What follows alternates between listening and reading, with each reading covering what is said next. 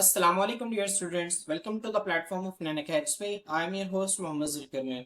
तो स्टूडेंट्स आज के इस वीडियो के अंदर हम अपनी फर्स्ट ईयर बायोलॉजी की जो हमारी न्यू बुक है इसके चैप्टर नंबर 3 सेल्स एंड सब सेलुलर ऑर्गेनेल्स इसमें सेकंड लास्ट टॉपिक स्टार्ट करेंगे जिसका टाइटल है मेम्ब्रेन ट्रांसपोर्ट मैकेनिज्म्स।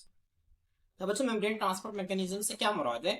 मैकेनिज्म कहते हैं देखें तरीकाकार को। अब आपने अपने 10th क्लास के अंदर 9th क्लास के अंदर मैकेनिज्म्स पढ़े होंगे। आपने पढ़ा होगा mechanism of breathing 10th class की बायो के अंदर, जिसमें आपने पढ़ा होगा कि सांस लेने के मैकेनिज्म क्या है, उसका तरीकाकार क्या है, उसके दो स्टेप्स होते हैं, इंस्पायरेशन एक्सपायरेशन।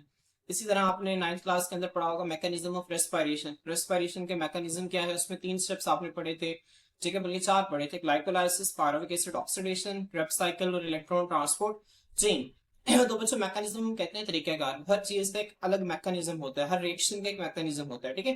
तो अब हमारे पास एक सेल है, आपको पता है कि सेल के बाहर एक सेल मेम्ब्रेन है और सेल के अंदर जिस चीज में दाखिल होना है इसी सेल मेम्ब्रेन से दाखिल होना है। और हमें ये भी पता है कि जो सेल मेम्ब्रेन है बच्चों, ये सेमी परमिएबल मेम्ब्रेन के तौर पर एक्ट करती है। जो सेमी परमिएबल मेम्ब्रेन क्या है, कि ऐसी मेम्ब्रेन जो कि कुछ चीजों को अंदर आने देती है और कुछ चीजों को अंदर आने नहीं देती, ठीक है। इसे हम सेमी परमिएबल मेम्ब्रेन कहते हैं। अब बच्चों चीजों ने जब बाहर से सेल के अंदर आना है या सेल के अंदर से कुछ चीजों ने बाहर जाना है तो बच्चों उसे इस मेम्ब्रेन से गुजरना पड़ेगा। अब इस मेम्ब्रेन से गुजरने के जो तरीकाकार हैं वो कौन कौन से मैकेनिज्म है जिनसे चीजें इस मेम्ब्रेन के आर पार जा सकती हैं, इसको बच्चों हम मेम्ब्रेन ट्रांसपोर्ट मैकेनिज्म्स के अंदर स्टडी करेंगे। तो आइए हम सबसे पहले इसकी डेफिनेशन देखते हैं।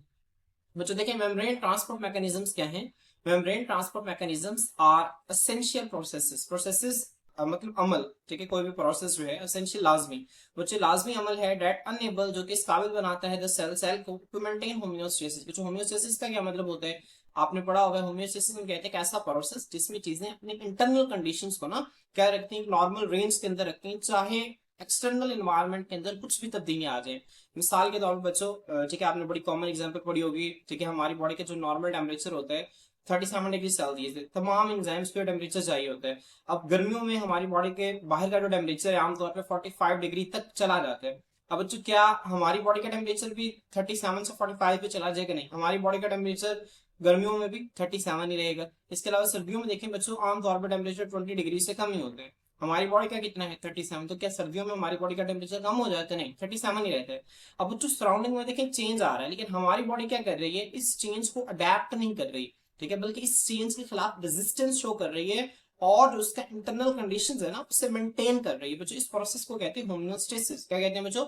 होमियोस्टेसिस कहते हैं।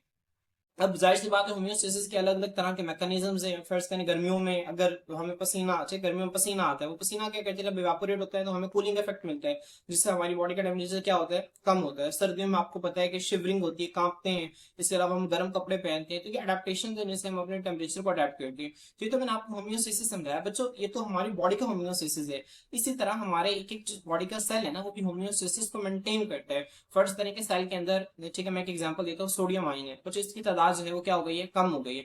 अब सेल ने क्या करना है, इसकी तादाद को मेंटेन करना है। मेंटेन कैसे करेगा, ये बाहर से सोडियम आयन को मंगवाएगा। अब ये इस तरह क्या किया इसने बच्चों, मेम्ब्रेन ट्रांसपोर्ट को इस्तेमाल करते हुए इसने होम्योस्टेसिस को मेंटेन किया। इसके अलावा बच्चों एक्वायर न्यूट्रिएंट्स, एक्वायर का मतलब होता है हासिल करना। न्यूट्रिएंट्स किसे कहते हैं बच्चों? न्यूट्रिएंट्स कैसे ऐसी तमाम चीजें जो कि हमारी ग्रोथ के लिए जरूरी होती है। न्यूट्रिएंट्स के अंदर बच्चों कार्बोहाइड्रेट्स आ जाते हैं। कार्बोहाइड्रेट्स में बच्चों आपको पता है कि क्या आता है, ग्लूकोज आ जाता है। इसके अलावा बच्चों इसके अंदर प्रोटीन्स आ जाती हैं। प्रोटीन्स के अलावा बच्चों इसके अंदर लिपिड्स आ जाते हैं, ठीक है। तो ये सारी चीजें हमारे पास न्यूट्रिएंट्स हैं।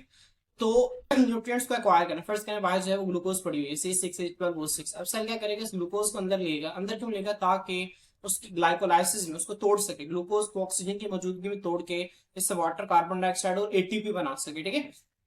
तो सेल क्या करते हैं, न्यूट्रिएंट्स को एक्वायर करते हैं। रिमूव वेस्ट प्रोडक्ट्स, बच्चों सेल के अंदर आपको पता है कि सेल के अंदर कई तरह के केमिकल रिएक्शंस हो रहे होते हैं और उन केमिकल रिएक्शंस के नतीजा में वेस्ट प्रोडक्ट्स बनते हैं। तो बच्चों वेस्ट प्रोडक्ट्स जो है वो सेल जाहिर सी बात अपने अंदर तो नहीं रखेगा ना, वो तो अपने अंदर से बाहर निकाल देगा। तो बच्चों जो वेस्ट मटेरियल्स हैं उन्हें सेल से बाहर निकलना है, तो जाहिर सी बात है जब बाहर निकलना है तो इसी मेम्ब्रेन से गुजरना पड़ेगा। तो बच्चों यहाँ पे मेम्ब्रेन ट्रांसपोर्ट मैकेनिज्म इन्वॉल्व होगा। And communicate with its environment, और बच्चों अपने एनवायरमेंट के साथ कम्युनिकेट करने के लिए। अब सेल का एनवायरमेंट कहते हैं कि ये सेल है, ये जो सेल के अंदर जितना भी हिस्सा है इसे हम कहते हैं इंट्रा सेलुलर एनवायरमेंट, ये सेल के अंदर का एनवायरमेंट है। और जो सेल के बाहर जो जो कुछ भी पड़ा हुआ है बच्चों एक्स्ट्रा सेलुलर एनवायरमेंट है। तो ये क्या करते हैं, मेम्ब्रेन ट्रांसपोर्ट मैकेनिज्म के जरिए इनके साथ भी कम्युनिकेट करते हैं। तो बच्चों ये 4 पॉइंट्स आपने ध्यान में रखने हैं मेम्ब्रेन ट्रांसपोर्ट मैकेनिज्म की डेफिनेशन के अंदर जो आएंगे। मेम्ब्रेन ट्रांसपोर्ट मैकेनिज्म ऐसे एसेंशियल प्रोसेसेस हैं जो कि सेल को इस काबिल बनाती हैं कि वो होम्योस्टेसिस को मेंटेन कर सकें, वो न्यूट्रिएंट्स को एक्वायर कर सकें, वो वेस्ट प्रोडक्ट्स को रिमूव कर सकें और वो अपने एनवायरनमेंट के साथ कम्युनिकेट कर सकें। तो आपने 4 पॉइंट्स फिंगर टिप पे याद रख लेने, बहुत आसान है, आपको इसकी डेफिनेशन याद हो जाएगी। तो इसके बाद जो है आपने इसकी सिग्निफिकेंस देखनी है। बच्चों अगर आप बुक से देखें ना, वैसे बुक में यहाँ पे इसकी डेफिनेशन यहाँ से स्टार्ट हो रही है, तो आपने इसे देख लेना, यहाँ से इसकी डेफिनेशन स्टार्ट हो रही है, यहाँ तक ये 7 डेफिनेशन है। और बच्चों स्टार्टिंग में ये जो स्टार्टिंग वाली लाइंस है ना यहाँ तक, ठीक है, तो ये बच्चों इसकी सिग्निफिकेंस है। ये क्या है, इसकी सिग्निफिकेंस, इसकी आप अहमियत की हेडिंग देके और फिर आप इनमें स्टार्टिंग वाली लाइंस जो है वो लिख देंगे। क्लियर? आमतौर पर इतना इंपॉर्टेंट नहीं, आप सिर्फ डेफिनेशन करके नीचे लिख देंगे तो ठीक है, बहुत है, लेकिन आप इसकी सिग्निफिकेंस में से 2 लाइंस जो है वो आप याद कर सकते हैं। मैं आपको पढ़ा देता हूँ बच्चों, देखें इसकी सिग्निफिकेंस क्या है।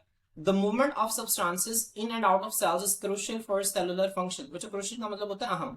अब जो substances का मतलब होता है कोई भी चीज। अब इसमें वेस्ट मटेरियल्स आ सकते हैं, ठीक है, इसमें आपके पास न्यूट्रिएंट्स आ सकते हैं, इसमें ऑक्सीजन आ सकती है, कोई भी चीज आ सकती है। तो बच्चों इनकी जो मूवमेंट है इन अंदर या आउट ऑफ सेल, सेल से बाहर, ये सेलुलर फंक्शन सेल के काम करने के लिए बहुत जरूरी है। फर्स्ट करेंगे सेल के अंदर वेस्ट बनाए, अब जो वेस्ट मटेरियल सेल से बाहर निकालना बहुत जरूरी है। अगर वो वेस्ट सेल के अंदर रहेगा तो सेल अपना काम सही तरह से नहीं कर सकेगा।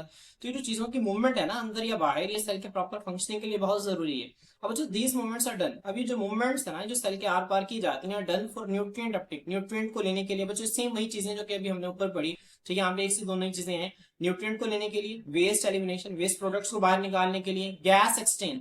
अब जो आपको पता है कि एक सेल जो है वो किस तरह से गैस एक्सचेंज करता है। फर्स्ट करिए सेल है, और जो आपको पता है कि सेल ने क्या करना है, रेस्पिरेशन करना है। रेस्पिरेशन में क्या होता है, C6H12O6, ग्लूकोज को बच्चों ऑक्सीजन की मौजूदगी में तोड़ा जाता है और इससे कार्बन डाइऑक्साइड बनती है, साथ वाटर बनती है और साथ बच्चों क्या बनता है, एटीपी बनती है।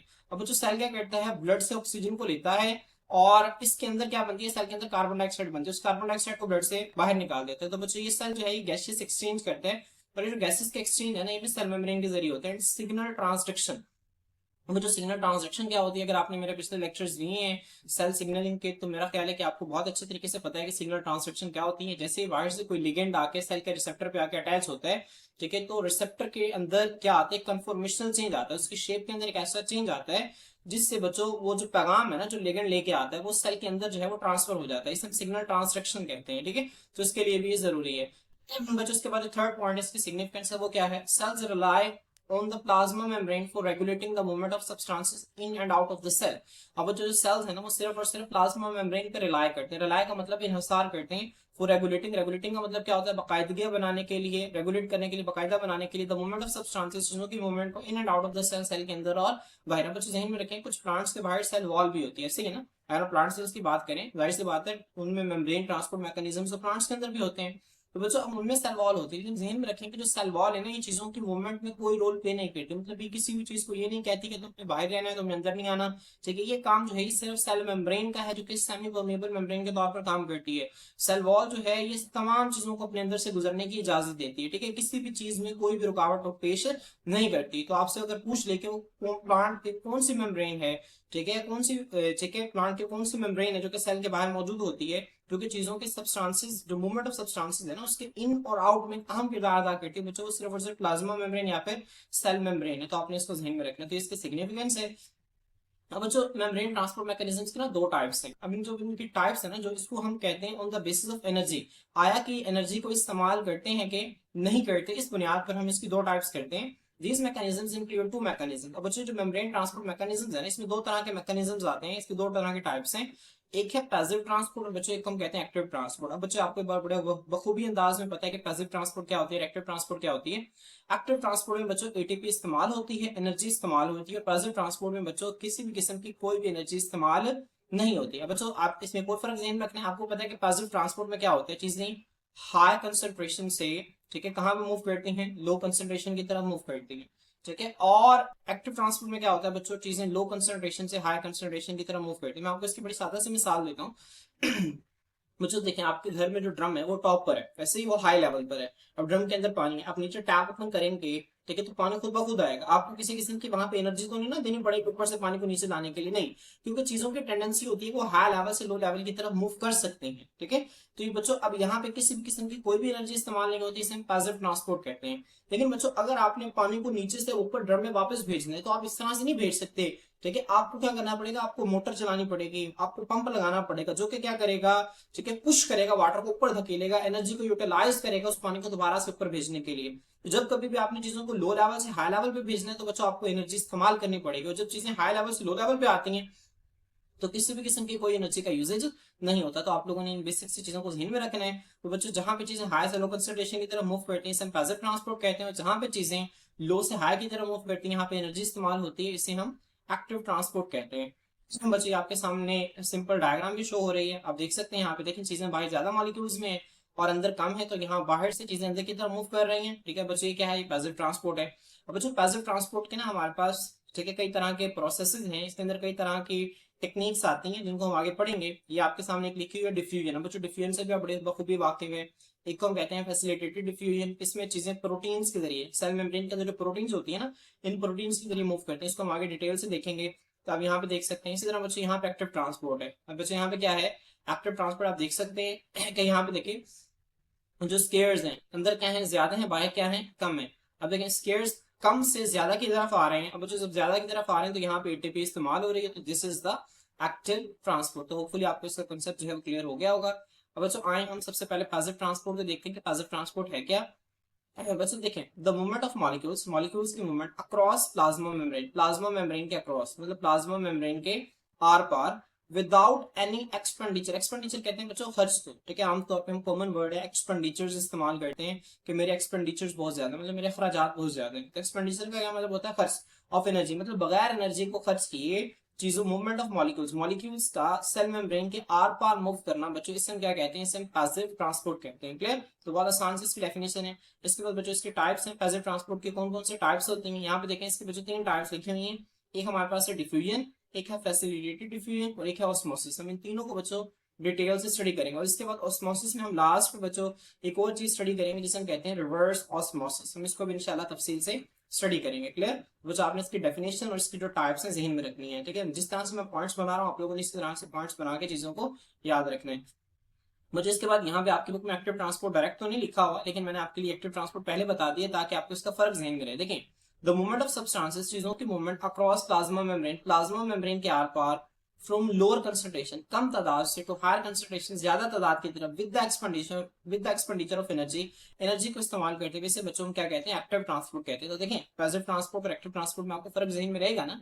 एक्टिव ट्रांसपोर्ट में क्या होता है, मूवमेंट ऑफ सब्सटेंसेस होती है प्लाज्मा मेम्ब्रेन के अक्रॉस, ठीक है, सेम है। अब यहाँ पे क्या बच्चों, लोअर कंसंट्रेशन से हायर कंसंट्रेशन, जबकि पैसिव ट्रांसपोर्ट में क्या था, हायर कंसंट्रेशन से लोअर कंसंट्रेशन। अब वहां पे क्या था, without the any expenditure of energy, यहाँ पे क्या है, with the expenditure of energy. बच्चों एनर्जी किस शक्ल में है, वो एनर्जी है एटीपी की शक्ल में। क्लियर, तो ये बच्चों इन दोनों में आपने फर्क ध्यान में रखना है। एक्टिव ट्रांसपोर्ट के बच्चों 3 टाइप्स इनको हम पढ़ेंगे। एक है active transport through carrier proteins, ठीक है, कैरियर प्रोटीन्स के जरिए एक्टिव ट्रांसपोर्ट होती है बच्चों। एक हमारे पास है एंडोसाइटोसिस, क्या है, एंडोसाइटोसिस, और एक है एक्सोसाइटोसिस। तो आपने इनकी 3 टाइप्स जो है इसको जहन में रखना है। तो बच्चों अगर आपसे शॉर्ट क्वेश्चन पूछ ले कि डिफरेंस करें एक्टिव ट्रांसपोर्ट और पैसिव ट्रांसपोर्ट में फर्क करें, तो बच्चों आप लोगों ने ये डेफिनेशन और इसकी टाइप्स जो है वो आप डिफरेंस दरम्यान में लाइन लगाकर इसके डिफरेंस लिख देंगे। मैंने इसीलिए आप दोनों स्लाइड्स को जो है वो साथ साथ शो कर दी है, ताकि अगर पेपर में आपसे वो डिफरेंस पूछे तो आप बासानी जो है डिफरेंस उसका लिख सकें। तो बच्चों आए अब हम सबसे पहले पैसिव ट्रांसपोर्ट की जो फर्स्ट टाइप है जिसका नाम है डिफ्यूजन, इसको स्टार्ट करते हैं। बच्चों देखें डिफ्यूजन क्या है, diffusion is the net movement. बच्चों नेट मूवमेंट का क्या मतलब होता है, नेट मूवमेंट का मतलब होता है कि यहाँ पर मैं आपको बड़ी आसान मिसाल से समझाता हूँ। फॉर एग्जाम्पल ये बच्चों एक ऑब्जेक्ट है, इस ऑब्जेक्ट पे बच्चों आप इस तरह फिजिक्स में आपको एग्जाम्पल देता हूँ, 50 न्यूटन फोर्स इस साइड पे लग रही है और बच्चों 20 न्यूटन फोर्स इस साइड पे लग रही है। तो मुझे पता है ऑब्जेक्ट कहाँ पे मूव करेगा। बच्चों ये ऑब्जेक्ट जो है उस साइड में मूव करेगा जहाँ पे इस पे ज्यादा फोर्स लग रही है।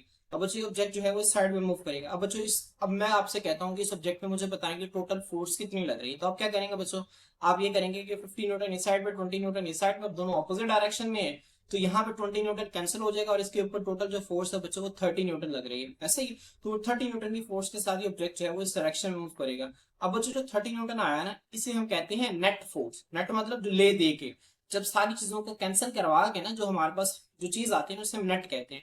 बच्चों यहाँ पे नेट का मतलब क्या है, ठीक है, अब यहाँ पे अगर आप सेल मेम्ब्रेन के अंदर देखें ना, तो सेल मेम्ब्रेन में बच्चों एक चीज जो है ना मुसलसल हो सकता है कि वो सेल के अंदर आ रही हो, और एक साइड से जो बच्चों को दूसरी साइड से हो सकता है कि वो सेल से बाहर भी जा रही हो। तो बच्चों दोनों चांसेस पॉसिबल हैं, ठीक है।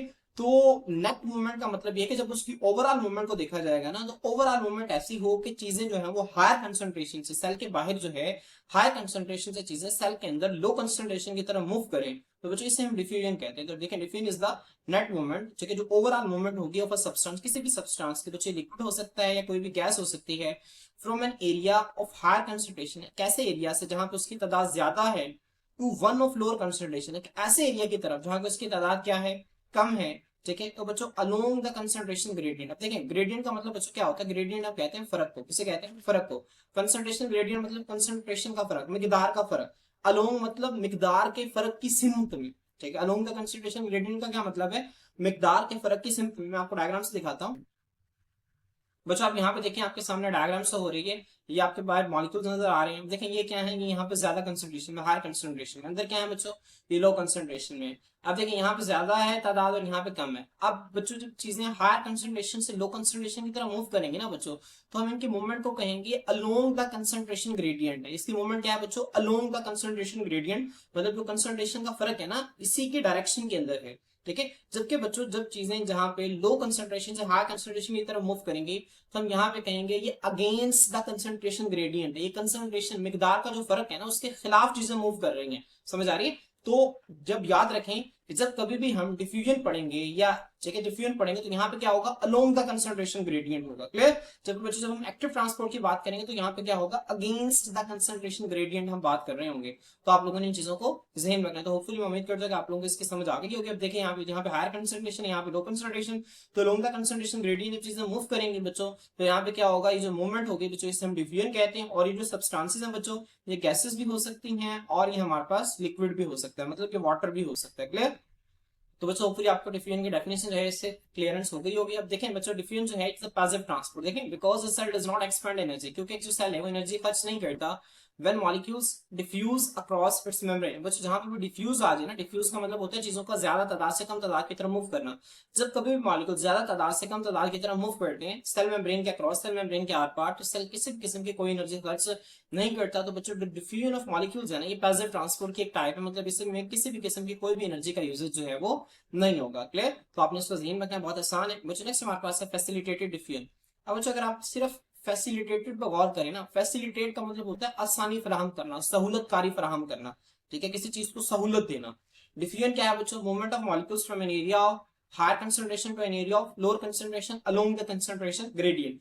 अब बच्चों यहाँ पे क्या होता है, फैसिलिटेटेड डिफ्यूजन में चीजें ज्यादा तादाद से कम तादाद की तरफ मुफ्त तो करती हैं, लेकिन सहूलत के साथ। हम जो सेल मेम्ब्रेन है ना, जो उन चीजों को क्या करती है बच्चों, उन चीजों को वो सहूलतकारी देती है। सहूलतकार कैसे देती है, उनको खास किस्म के रास्ते खोल देती है उनके लिए।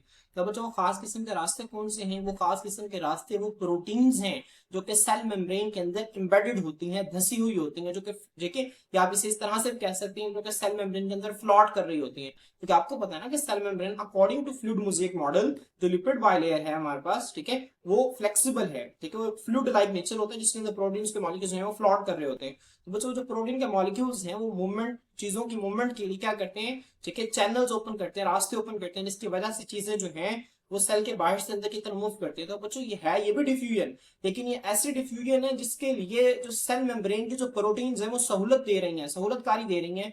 इस डिफ्यूजन को हम कहते हैं, ये सहूलतकारी वाली डिफ्यूजन है, ये फैसिलिटेटेड डिफ्यूजन है। समझ आ रही है, यहाँ पे चीजों को फैसिलिटेट किया जा रहा है, यहाँ पे चीजों को सहूलत दी जा रही है। तो यहाँ पे देखिए इसे व्हेन अ ट्रांसपोर्ट प्रोटीन, बच्चों जब एक ट्रांसपोर्ट प्रोटीन क्या है, जो कि सेल मेम्ब्रेन के अंदर प्रोटीन मौजूद होती है, मैं आपको डायग्राम से भी दिखा देता हूँ।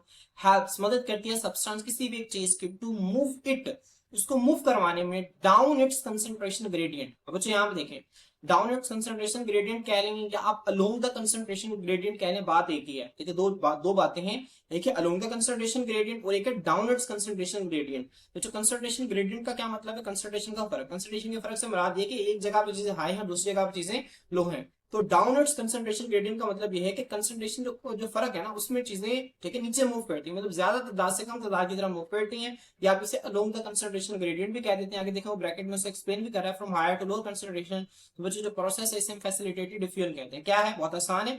जब एक ट्रांसपोर्ट प्रोटीन किसी भी शय की मदद करे कि वो उसको मूव करवाए, ठीक है, फ्रॉम डाउनवर्ड्स कंसंट्रेशन ग्रेडियंट, उस ज्यादा कंसंट्रेशन से कम कंसंट्रेशन की तरफ उसे मूव करवाए, तो बच्चों जो प्रोसेस है इसे हम फैसिलिटेटेड डिफ्यूजन का नाम देते हैं। और आपको पता है कि जो फैसिलिटेटेड डिफ्यूजन है बच्चों, जाहिर सी बात है तो ये भी डिफ्यूजन ना, यहाँ पे चीजें हाई कंसंट्रेशन से लो कंसंट्रेशन की तरफ मूव कर रही हैं, तो एनर्जी का इस्तेमाल देखें यहाँ पे भी कोई नहीं हो रहा। तो ये भी क्या है, ये भी पैसिव ट्रांसपोर्ट की एक टाइप है। It is also a type of passive transport because no energy is used in facilitated diffusion. तो देखिए बहुत आसान है, मैं उम्मीद करता हूँ कि आप लोगों को इसकी समझ आ गई होगी। मैं आपको इसको डायग्राम से दिखा देता हूँ बच्चों। यहाँ पे देखें हम, अब यहाँ पे देखें डिफ्यूजन में आपने क्या ध्यान रखना है, डिफ्यूजन में चीजें बच्चों सेल मेम्ब्रेन का क्रॉस मूव करती हैं। सेल मेम्ब्रेन का क्रॉस मतलब ये जो लिपिड बाइलेयर है ना, इसके क्रॉस चीजें जब मूव करेंगी तो ये हमारे पास क्या होगा, डिफ्यूजन होगी। लेकिन बच्चों जब चीजें सेल मेम्ब्रेन का क्रॉस मूव नहीं करती बल्कि इन प्रोटीन्स का सहारा लेती हैं, तो बच्चों इसे हम फैसिलिटेटेड डिफ्यूजन कहते हैं। बच्चों इसकी रीजन भी हम पढ़ेंगे कि आखिर ऐसा क्यों है, चीजें लिपिड बाइलेयर के क्रॉस क्यों मूव नहीं करती। ठीक है, इसकी भी रीजन हम आगे इंशाल्लाह देखेंगे। तो अभी सिर्फ आप इसको बेसिक से समझ लें। यहाँ पे देखें चीजें ज्यादा तादाद में, यहाँ पे कम तादाद में। इसी तरह यहाँ पे देखें चीजें ज्यादा तादाद में और यहाँ पे कम तादाद में। तो ज्यादा तादाद से कम तादाद की तरफ चीजें मूव कर रही हैं, ठीक है, प्रोटीन्स के जरिए। प्रोटीन जिन्हें खास किस्म के प्रोटोकॉल वाले रास्ते दे रहे हैं, तो बच्चों ये फैसिलिटेटेड डिफ्यूजन है। यहाँ पे देखें ये भी फैसिलिटेटेड डिफ्यूजन है। अब बच्चों जो फैसिलिटेटेड डिफ्यूजन में जो प्रोटीन्स होती है ना, जो कि चीजों को रास्ता देते हैं, ये दो तरह की प्रोटीन्स होती हैं। एक को हम कहते हैं बच्चों चैनल प्रोटीन्स। क्या कहते हैं बच्चों, चैनल प्रोटीन्स कहते हैं, क्लियर। और बच्चों एक प्रोटीन्स को हम कहते हैं कैरियर प्रोटीन्स। क्या कहते हैं बच्चों, कैरियर प्रोटीन। चैनल प्रोटीन्स में बच्चों क्या है, चैनल प्रोटीन्स में ये होता है कि आप इस तरह इमेजिन करें, ये एक रास्ता है, ठीक है। एक प्रोटीन थी पहले बंद थी, अब उसने क्या किया, रास्ता खोल दिया। अब यहाँ से खुद ब खुद मॉलिक्यूल्स जो है वो यहाँ से यहाँ पे क्या कर जाएंगे, मूव कर जाएंगे। बच्चों ये चैनल, ये सिर्फ वो क्या करती है, प्रोटीन इस तरह से खुलती है, मॉलिक्यूल्स को रास्ता देते हैं और रास्ता देके मॉलिक्यूल्स मूव कर जाते हैं। बच्चों एक हमारे पास है कैरियर प्रोटीन। कैरियर प्रोटीन क्या करती है बच्चों, एक मॉलिक्यूल को पकड़ती है और उसको लेके फिर सेल के अंदर छोड़ के फिर अगले मॉलिक्यूल को लेके आती है। समझ आ रही है। आप कैरियर प्रोटीन को इस तरह से समझें कि यहाँ पे फर्ज करें एक रास्ता है, ठीक है, और यहाँ पे आप इस तरह समझे कि एक आदमी खड़ा हुआ है। अब जो किसी जब जिस किसी मॉलिक्यूल ने भी यहाँ पे मूव करना है ना, वो मॉलिक्यूल इसके साथ जाएगा और यहाँ पे छोड़ के फिर ये वापस आएगा, फिर अगले को लेके जाएगा, फिर ये वापस आएगा, फिर अगले को लेके जाएगा, इस तरह। अब ये क्या कर रहा है, उनको कैरी कर रहा है एक चीज को। तो बच्चों इससे हम कहते हैं कैरियर प्रोटीन। ये क्या करता है बच्चों, एक टाइम में एक मॉलिक्यूल आता है, ये उसको अंदर छोड़ के फिर अगले मॉलिक्यूल को लेता है, फिर उसको अंदर छोड़ता है, फिर अगले मॉलिक्यूल को लेता है। तो ये जो प्रोटीन्स हैं इनको हम कैरियर प्रोटीन्स का नाम देते हैं। तो मैं उम्मीद करता हूँ कि आप लोगों को इसकी बेसिक अंडरस्टैंडिंग हो गई होगी। तो आए हम इसको डिटेल से स्टडी करते हैं। बस यहाँ पे देखें पेपर में आपसे एमसीक्यू आ सकता है कि रेट ऑफ फैसिलिटेटेड डिफिन, फैसिलिटेटेड डिफिन की जो स्पीड है, जो इसकी शरह है, वो किस पर डिपेंड करती है बच्चों। अब आपको पता है कि फैसिलिटेटेड डिफिन जो है वो प्रोटीन के जरिए हो रही है। तो जितनी ज्यादा प्रोटीन्स होंगी बच्चों, उतनी ज्यादा क्या होगी, फैसिलिटेटेड डिफ्यूजन होगी। तो रेट ऑफ फैसिलिटेटेड डिफिन, जो फैसिलिटेटेड डिफिन की जो स्पीड है बच्चों, डिपेंड करती है, मुनहसिर है, इन्हिसार करती है on how many transport protein molecules are available in the membrane, कि मेम्ब्रेन के अंदर कितनी ट्रांसपोर्ट मॉलिक्यूल्स जो हैं, ट्रांसपोर्ट प्रोटीन के जो मॉलिक्यूल्स हैं वो अवेलेबल है। तो आपने इस एमसीक्यू को ध्यान में रखना है, या आपसे एमसीक्यू में पूछा जा सकते हैं। अब जिसके बाद जो है वो टाइप्स ऑफ ट्रांसपोर्ट प्रोटीन्स या ट्रांसपोर्ट प्रोटीन्स की कौन कौन से टाइप्स होती हैं। तो देखें the main types of transport proteins involve in the facilitated diffusion are, कौन कौन से मेन टाइप्स हैं बच्चों। एक को हम नाम देते हैं चैनल प्रोटीन्स का और एक को हम नाम देते हैं कैरियर प्रोटीन्स का। मैंने आपको बताया ना, एक प्रोटीन्स जो होती है जिनको चैनल प्रोटीन्स कहते हैं, वो सिर्फ रास्ता देती है, और दूसरी बच्चों कैरियर प्रोटीन्स है, वो एक मॉलिक्यूल को लेती है, उसको अंदर छोड़ के आती है, फिर अगले को लेती है, फिर उसको अंदर छोड़ के आते हैं, ठीक है। तो कैरियर प्रोटीन्स को हम एक और नाम भी देते हैं जिसको हम क्या कहते हैं, जिसको हम ट्रांसपोर्टर्स कहते हैं, क्लियर। तो आपने इसको अच्छी तरह से ध्यान में रखना है। बच्चे यहाँ पे देखें, आप लोगों को डायग्राम में मजीद यहाँ पे क्लियर हो रहा है, आप यहाँ पे इसे देख सकते हैं। यहाँ पे चीजें किस तरह से बाहर मॉलिक्यूल्स हैं अंदर की तरफ मूव कर रहे हैं, देखेंगे क्या है, ये चैनल प्रोटीन्स हैं। यहाँ पे देखें चीजें किस तरह से कैरी कर रही है, अभी मेम्ब्रेन जो है इसको कैरी कर रही है, एक मॉलिक्यूल को ले रही है, फिर उसको अंदर छोड़ रही है, फिर अगले को लेगी, फिर उसको अंदर छोड़ेगी। तो ये क्या है बच्चों, ये है कैरियर प्रोटीन। तो स्टूडेंट्स आए अब हम इन प्रोटीन्स को जो है वो डिटेल से स्टडी करते हैं। हमारे पास जो सबसे पहली प्रोटीन जिनको हम स्टडी करेंगे ये है चैनल प्रोटीन्स। अब चैनल प्रोटीन्स देखें, दीज प्रोटीन्स जो हैं ये फॉर्म हाइड्रोफिलिक चैनल्स। अब बच्चे देखें हाइड्रोफिलिक चैनल से क्या मुराद है, हाइड्रो का मतलब होता है वाटर, फिलिक कहते हैं लवर, मतलब जो वाटर लवर।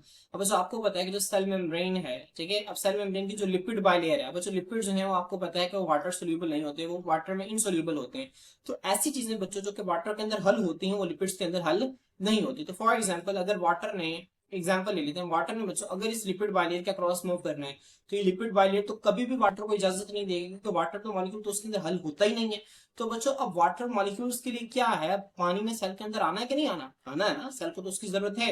तो बच्चों अब सेल मेम्ब्रेन के अंदर खास किस्म की ना प्रोटीन चैनल्स हैं, जो प्रोटीन्स के रास्ते हैं, जो कि वाटर मॉलिक्यूल्स को क्या करते हैं बच्चों, अलाउ करते हैं कि वो बाहर से सेल के अंदर आए, और वो बड़े आराम से जो बाहर से सेल के अंदर आएंगे फिर वो अपना काम करेंगे। तो बच्चों ये क्या है बच्चों, ये हाइड्रोफिलिक चैनल्स हैं, ये ऐसे रास्ते हैं जो कि वाटर लवर चीजों के लिए हैं, जो कि पानी के अंदर हल होती हैं अक्रॉस द मेम्ब्रेन, मेम्ब्रेन के आर पार, दैट अलाउ स्पेसिफिक मॉलिक्यूल्स और आयंस टू पास थ्रू, जो कि खास मॉलिक्यूल्स या आयंस को अलाउ करती हैं, ठीक है, जो कि उनके अंदर से क्या करते हैं बच्चों, गुजरते हैं। बच्चों आयंस कौन सा, जाहिर सी बात है जिस चीज के ऊपर आयन है, मिसाल के तौर पर सोडियम बच्चों एक आयन है। अब बच्चों आयन जो है ये भी लिपिड बाइलेयर से नहीं गुजर सकता, ये भी लिपिड बाइलेयर से नहीं गुजर सकता। तो इसके लिए भी खास किस्म की प्रोटीन चैनल्स हैं, खास किस्म के रास्ते हैं जिनको हम चैनल प्रोटीन्स कहते हैं, जो कि सेल मेम्ब्रेन के अंदर मौजूद होती है। तो बच्चे जो प्रोटीन्स हैं, जो चैनल प्रोटीन्स हैं, ये क्या है, हाइड्रोफिलिक चैनल्स हैं, ये वाटर लवर चैनल्स हैं, जो कि ऐसी मॉलिक्यूल्स को अलाउ करते हैं जो कि वाटर के अंदर सोल्यूबल होते हैं, और जो लिपिड बाइलेयर है उसके अंदर इनसोल्यूबल होते हैं, और ये मेम्ब्रेन के आर पार चीजों को मूव करवाते हैं। ठीक है, कौन से मॉलिक्यूल्स, जो खास मॉलिक्यूल्स जैसे कि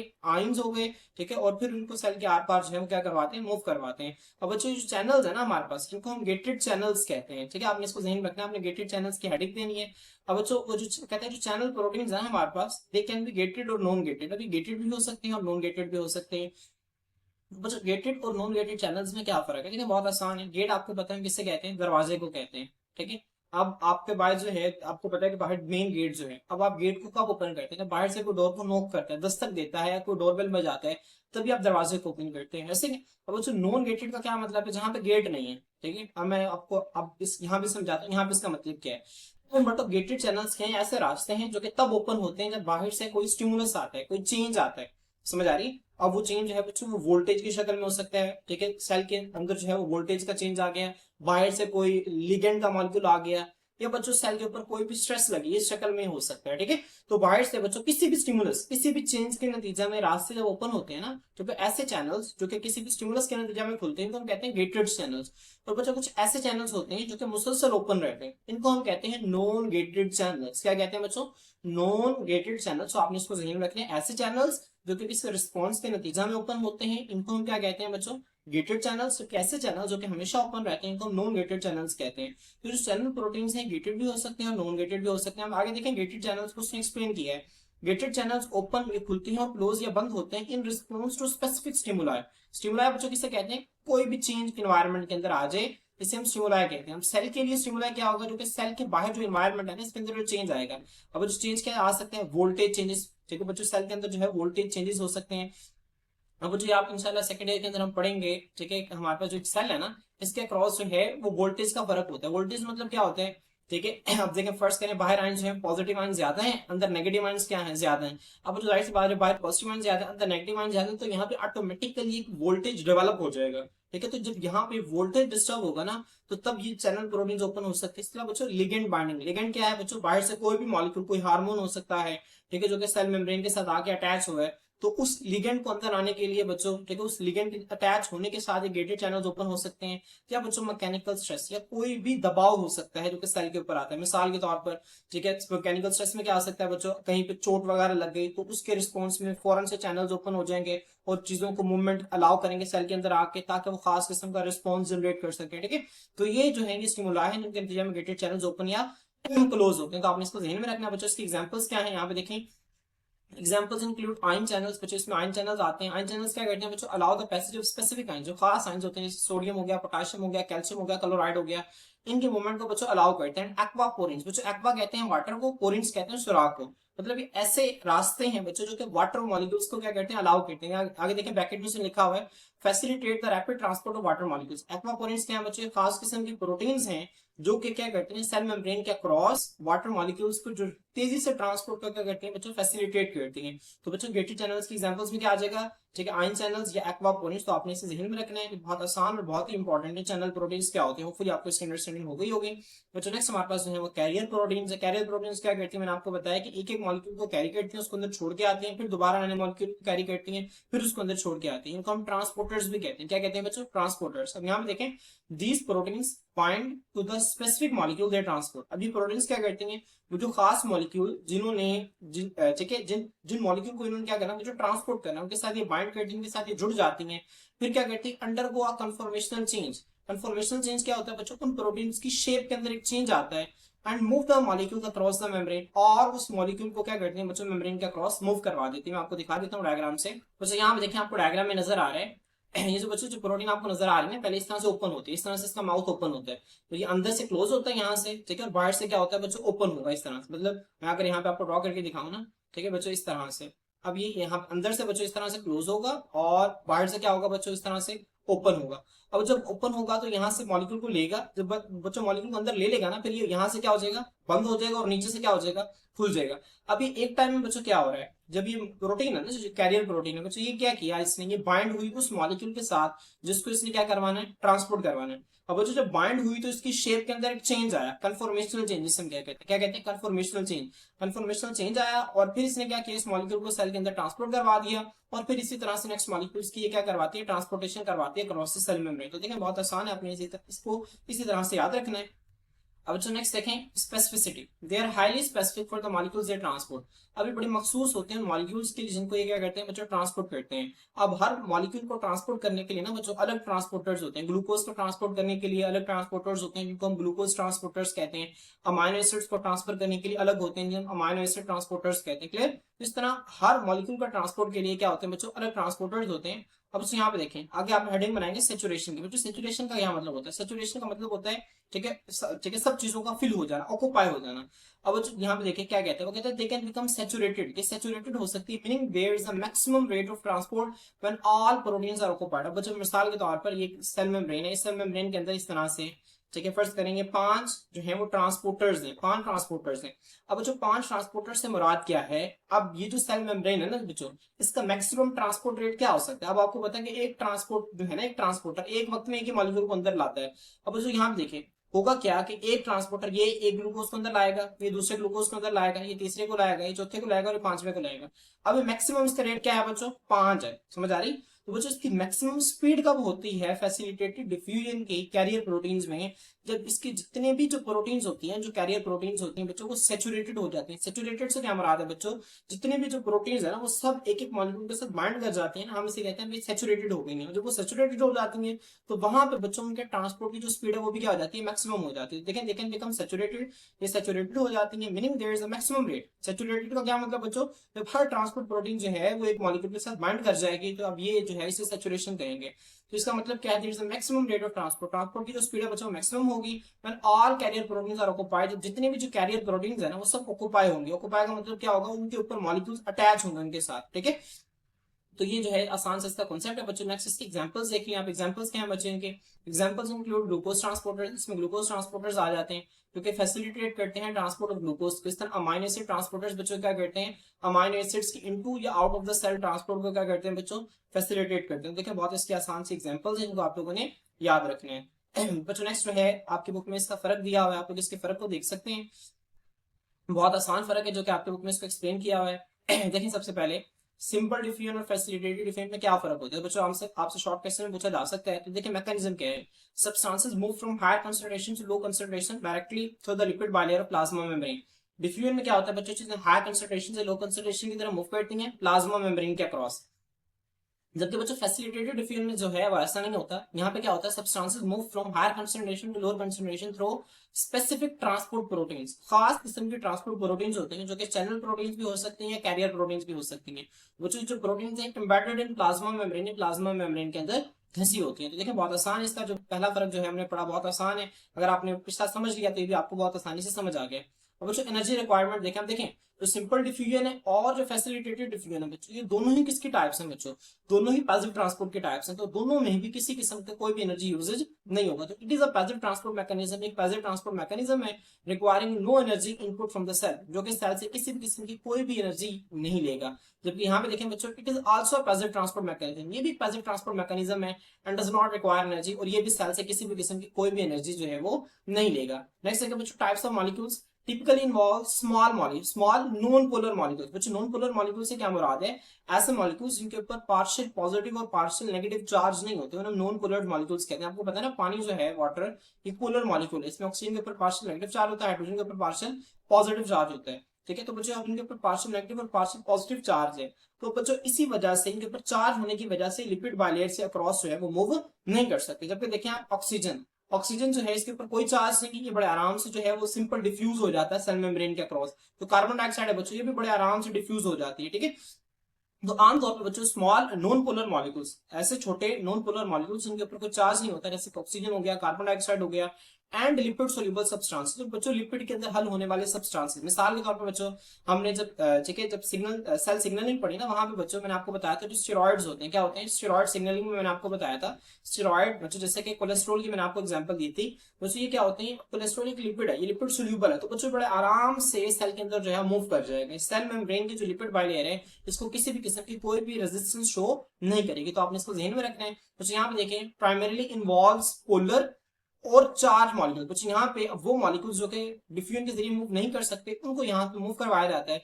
बच्चों इनमें सबसे पहले पोलर ये चार्ज मॉलिक्यूल्स आते हैं बच्चों, जैसे कि ग्लूकोज हो गया, अमाइनो एसिड्स हो गया, आपको पता है जो ग्लूकोज है ये भी पोलर मॉलिक्यूल है, अमाइनो एसिड्स पोलर मॉलिक्यूल है, ठीक है।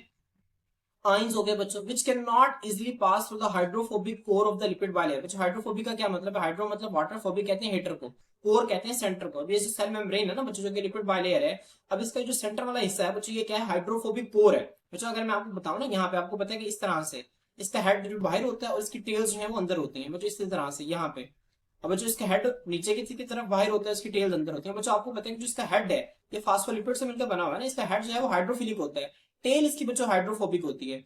तो ये जो इसका कोर है ना, जिसका सेंटर वाला हिस्सा है बच्चों ये हाइड्रोफोबिक होता है। तो ये जो सेंट्रल हाइड्रोफोबिक रीजन है ना बच्चों, ये जो है इन चार्ज या पोलर मॉलिक्यूल्स को अलाउ नहीं करता गुजरने के लिए। क्लियर। अब बच्चों यहाँ पे देखिए रेट ऑफ मूवमेंट स्पीड क्या होती है, the rate depends on the concentration gradient. बच्चों कंसंट्रेशन के फर्क पर डिपेंड करता है, जितना ज्यादा कंसंट्रेशन ग्रेडियंट होगा उतनी ही स्पीड से चीजें मूव करेंगी। नेक्स्ट बच्चों टेम्परेचर पर डिपेंड करता है, ठीक है। And permeability of the membrane, और मेम्ब्रेन की परमिएबिलिटी, परमिएबिलिटी का क्या मतलब है कि मेम्ब्रेन ठीक है कितने मौसर तरीके से चीजों को मूवमेंट करने की इजाजत देती है, इस पर डिपेंड करता है। जो टेम्परेचर पे कैसे आपको पता है कि जब टेम्परेचर जो है वो कम होता है, तो आप जब टेम्परेचर कम होता है ना, ठीक है, तो जो सेल मेम्ब्रेन है ना बच्चों, मैं आपको आसान मिसाल देता हूँ। सेल मेम्ब्रेन बच्चों फ्लूइड लाइक इन नेचर है। अब फर्स्ट करें, जैसा मैं आपको अक्सर मिसाल देता हूँ कि आटे के आपने आटा छाना है, तो आटे की छन्नी जब आप लेंगे उसको हिलाएंगे तो ही उसके अंदर से चीजें मूव करेंगी ना बच्चों। इसी तरह जो सेल मेम्ब्रेन है बच्चों वो फ्लूइड लाइक है, जब सेल मेम्ब्रेन मूव करती रहेगी ना तो ही उसके अंदर से चीजें जो है बड़े आराम से जो है उसके अक्रॉस जो है मूव करती रहेंगी। बच्चों जब सेल मेम्ब्रेन की जो मूवमेंट है वो रुक जाएगी तो चीजों की जो ट्रांसपोर्ट है ना वो जो डिफ्यूजन के जरिए वो भी रुक जाएगी। तो लो टेम्परेचर पे क्या होता है, जो उसकी फ्लूइड लाइक नेचर है ना, जो उसकी फ्लूइडिटी है वो कम हो जाती है। कम होने की वजह से बच्चों क्या होता है जब उसकी फ्लूइडिटी कम हो जाती है तो उसकी जो परमिएबिलिटी है वो भी कम हो जाती है, जिसकी वजह से डिफ्यूजन का रेट भी क्या हो जाता है, कम हो जाता है। क्योंकि यहाँ पे देखें बच्चों the rate can be affected by the number and availability of transport proteins, ठीक है। अब ये ट्रांसपोर्ट प्रोटीन्स जितनी ज्यादा होंगी उतनी ज्यादा फैसिलिटेटेड डिफ्यूजन होगी, जितनी ज्यादा ट्रांसपोर्ट प्रोटीन्स अवेलेबल होंगी उतनी ही ज्यादा क्या होगी, फैसिलिटेटेड डिफ्यूजन होगी। And can reach a maximum rate, और बच्चों इसकी मैक्सिमम रेट कब होगा, जब तमाम प्रोटीन्स जो है ट्रांसपोर्ट प्रोटीन वो सैचुरेटेड होंगी। सैचुरेटेड होने से मुराद क्या है, तमाम ट्रांसपोर्ट मॉलिक्यूल्स जो हैं वो एक एक मॉलिक्यूल के साथ बाइंड किए होंगे, जिन्होंने उनको क्या करवाना है, बाहर से अंदर की तरफ मूव करवाना है जिन मॉलिक्यूल्स को। क्लियर। तो स्टूडेंट्स देखिए बहुत आसान है। तो स्टूडेंट्स यहाँ तक हम आज के लेक्चर को कंक्लूड करते हैं, इंशाल्लाह नेक्स्ट लेक्चर के अंदर ऑस्मोसिस को स्टार्ट करेंगे। मैं उम्मीद करता हूँ कि आप लोगों को आज के इस लेक्चर की बहुत अच्छी समझ आ गई होगी। अगर आपका इस सवाल से किसी भी किस्म का कोई भी सवाल है तो आप कमेंट सेक्शन में पूछ सकते हैं। आज के लिए इतना ही, अल्लाह हाफिज।